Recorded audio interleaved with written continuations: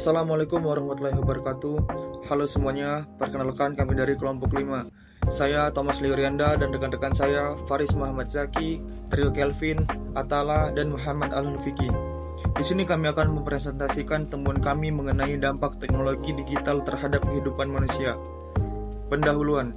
Bayangkan dunia tanpa internet, tanpa smartphone, tanpa media sosial. Bukankah itu sulit? Di abad ke-21 ini, teknologi digital telah mentransformasi kehidupan manusia secara fundamental, meresap ke dalam setiap aspek kehidupan kita, mulai dari cara kita terhubung satu sama lain, mencari informasi, hingga menjalankan aktivitas sehari-hari. Indonesia dengan jumlah pengguna internet yang mencapai lebih dari 200 juta jiwa tidak luput dari gelombang transformasi digital ini. Kehadiran teknologi digital membawa potensi yang sangat besar bagi kemajuan bangsa. Di sisi lain, teknologi digital juga menghasilkan tantangan baru yang perlu diantisipasi. Studi literatur ini bertujuan untuk mengkaji secara mendalam dampak teknologi digital terhadap kehidupan manusia di Indonesia, mencakup berbagai sektor krusial, yaitu yang pertama ada sosial. Bagaimana teknologi digital mempengaruhi interaksi sosial pada pola komunikasi dan kehidupan bersama di masyarakat. Yang kedua, ekonomi. Apa peluang dan tantangan yang timbul oleh teknologi digital bagi pertumbuhan ekonomi, penciptaan lapangan kerja, dan kesejahteraan masyarakat. Yang ketiga ada politik. Bagaimana teknologi digital mengubah partisipasi politik, dinamika kekuasaan, dan proses demokrasi. Yang keempat ada budaya. Apa dampak teknologi digital terhadap nilai-nilai norma dan identitas budaya bangsa? Melalui kajian ini diharapkan dapat tercipta pemahaman yang komprehensif tentang dampak teknologi digital. Pemahaman ini menjadi fondasi yang esensial bagi para pengambil kebijakan, pelaku industri, akademisi, dan masyarakat luas dalam merumuskan strategi yang tepat guna, memaksimalkan manfaat dan meminimalisir resiko di era digital ini. Dengan demikian, kita dapat mengarahkan transformasi digital untuk mewujudkan Indonesia yang lebih maju, adil, dan berkelanjutan. Di bagian ini saya akan menjelaskan tentang kajian pustaka di topik kita saat ini. Beberapa sumber yang relevan kita ngambil dari sebuah buku yang berjudul The World is Flat oleh Thomas Friedman 2005, membahas tentang bagaimana teknologi digital meratakan dunia. Yang kedua itu ada buku Homo Deus, A Brief History of Tomorrow oleh Yuval Noah Harari pada 2016 yang menjelaskan tentang mengeksplorasi potensi dari bahaya teknologi digital bagi masa depan manusia.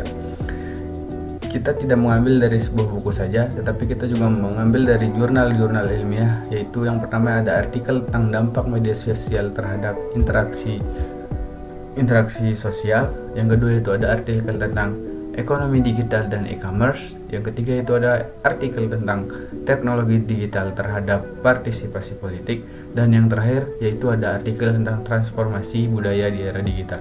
Mungkin itu saja dari saya tentang kajian pustaka saat ini. Terima kasih. Assalamualaikum. Metode penelitian. Metode penelitian ini menggunakan pendekatan campuran, yaitu pendekatan kualitatif untuk mendapatkan gambaran yang komprehensif mengenai dampak psikologis utang pinjaman online dan kaitannya dengan kasus bunuh diri di Jawa Barat. Yang kedua ada pendekatan kualitatif, subjek individu yang memiliki pengalaman langsung dengan utang pinjaman online di Jawa Barat.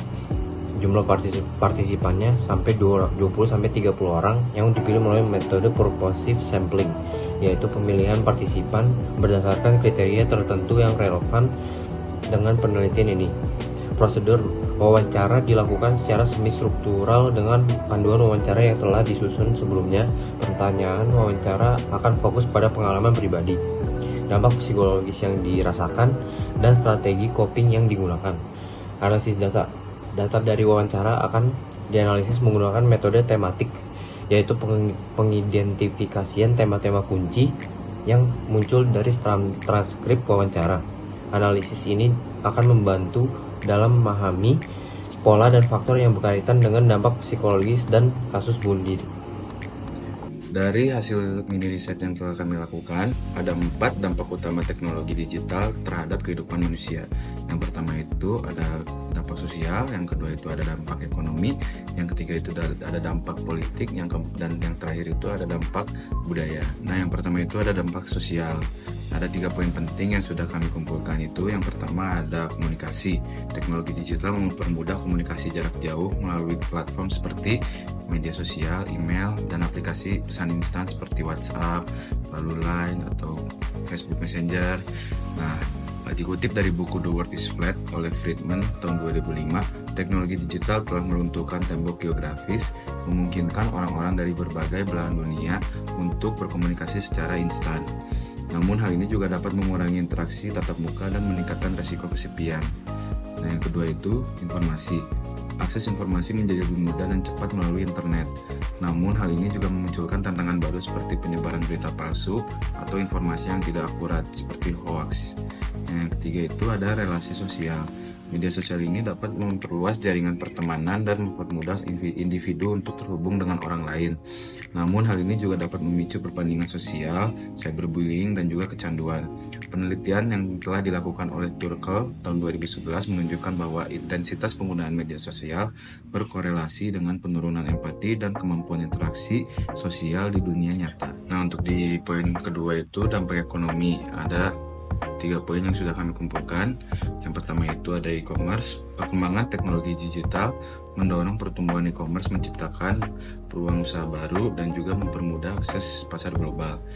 Data dari Bank Indonesia 2023 menunjukkan pertumbuhan transaksi e-commerce di Indonesia itu bisa mencapai 20% per tahun. Yang kedua ada lapangan kerja. Globalisasi dan otomatisasi akan mengubah landscape pasar tenaga kerja, menghilangkan beberapa pekerjaan tradisional dan menciptakan pekerjaan baru yang menuntut keterampilan digital. Dikutip juga dari buku The World is Flat oleh Friedman 2005, otomatisasi dan kecerdasan buatan atau AI dapat menggantikan beberapa jenis pekerjaan, namun juga menciptakan lapangan kerja baru di bidang teknologi. Yang ketiga, ada produktivitas. Teknologi digital dapat meningkatkan produktivitas dan efisiensi di berbagai sektor industri. Yang ketiga itu ada dampak politik. Partisipasi politik, media sosial, dan platform online memfasilitasi partisipasi politik dan juga gerakan sosial. Namun hal ini juga dapat dimanfaatkan untuk penyebaran propaganda dan disinformasi politik. Kedua ada transparansi. Teknologi digital dapat meningkatkan transparansi dan akuntabilitas pemerintah. Namun hal ini juga dapat memunculkan isu privasi dan juga keamanan data. Yang terakhir, yang keempat itu ada dampak budaya. Globalisasi. Teknologi digital dapat mempercepat proses globalisasi dan juga pertukaran budaya. Yang kedua, hiburan platform streaming dan media sosial. Mereka bisa menyediakan akses mudah ke berbagai bentuk hiburan digital seperti TikTok, Instagram, YouTube, Twitch, Discord, dan lain-lain. Yang ketiga, identitas budaya. Teknologi digital dapat memengaruhi cara individu mengekspresikan identitas budaya mereka. Kesimpulan dan saran, teknologi digital memiliki dampak yang kompleks dan multidimensional terhadap kehidupan manusia. Di satu sisi, teknologi digital membawa banyak manfaat seperti memfasilitasi pembelajaran jarak jauh, menghubungkan pelaku UMKM dengan pasar global, dan memberdayakan masyarakat melalui akses informasi. Di sisi lain, teknologi digital juga memunculkan tantangan seperti kesenjangan digital yang mengancam akses pendidikan dan peluang ekonomi bagi masyarakat di daerah terpencil, serta penyebaran hoaks dan ujaran kebencian di media sosial yang dapat mempengaruhi kohesi sosial.